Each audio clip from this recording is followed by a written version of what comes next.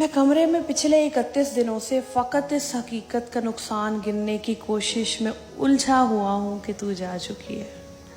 तुझे रायगानी का रत्ती बराबर अंदाज़ा नहीं है। तुझे याद है वो ज़माना जो कैंपस की पगडंडियों पे टहलते हुए कट गया था। तुझे याद है जब कदम चल रहे थे कि एक पैर तेरा था और एक मेरा।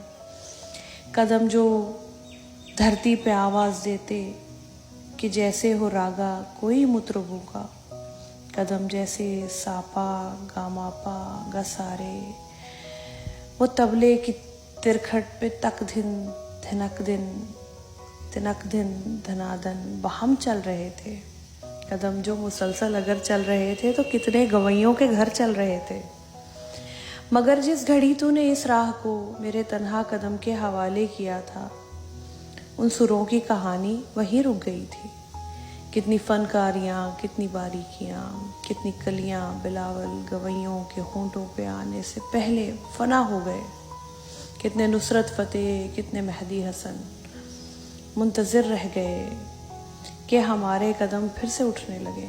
तुझको मालूम है जिस घड़ी मेरी आवाज़ सुन के तू एक ज़ाविये पे पलट कर मुड़ी थी, वहाँ से रिलेटिविटी का जनाजा उठा था कि उस ज़ाविये की कशिश में ही यूनान के फ़लसफ़ी सब ज़मानों की तरतीब बर्बाद करके तुझे देखने आ गए थे कि तेरे झुकाव की तमसील पे अपनी तिरछी लकीरों को खम दे सकें।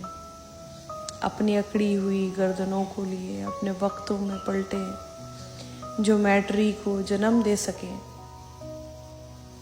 अब भी कुछ फ़लसफ़ी अपने फीके ज़मानों से भागे हुए मेरे रस्तों पे आंखें बिछाए हुए अपनी दानिस्त में यूँ खड़े हैं कि जैसे वो दानिश का मंबा यहीं पे कहीं है, मगर मुड़ के तकने की को तू ही नहीं है। तो कैसे फ्लोरेंस की तंग गलियों से कोई डी ऊंची उठे, कैसे हस्पानिया में पिकासो बने उनकी आँखों को तू जो मुयस्सर नहीं।